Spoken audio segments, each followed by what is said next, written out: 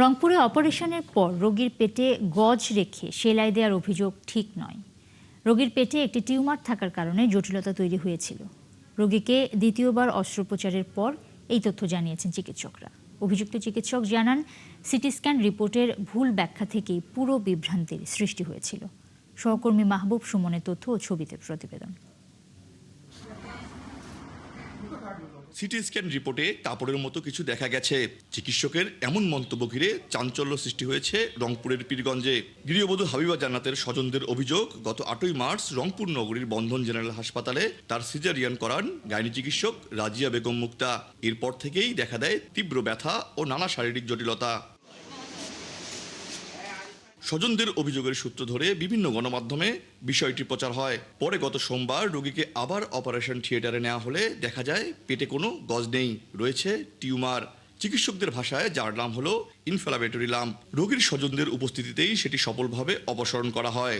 রক্তের দলা ছিল, রক্তের দলা থেকেই এই সমস্যাটা হয়েছে।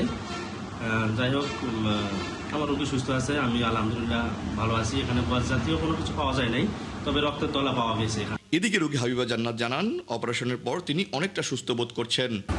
ওনারা বলছে যে গজ জাতীয় কিছু আছে, তারপর অপারেশনের পরে দেখি ওটা গজ না, রক্তের দলা, ওটার মধ্যে ইনফেকশন হয়ে বড় হয়ে গেছে।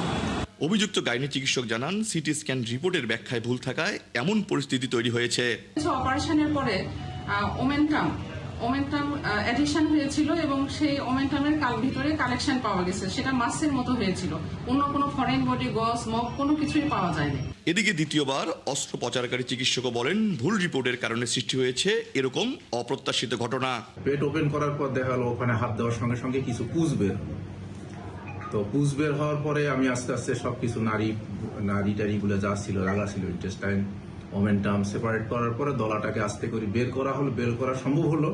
এবং তখন দলাটার যে পরিমাণ, মানে যতটুকু সাইজ দেখা গেল, তাতে মনে করলাম যে এর ভেতরে মপ নাই, হয়তো গজ পিস থাকতে পারে।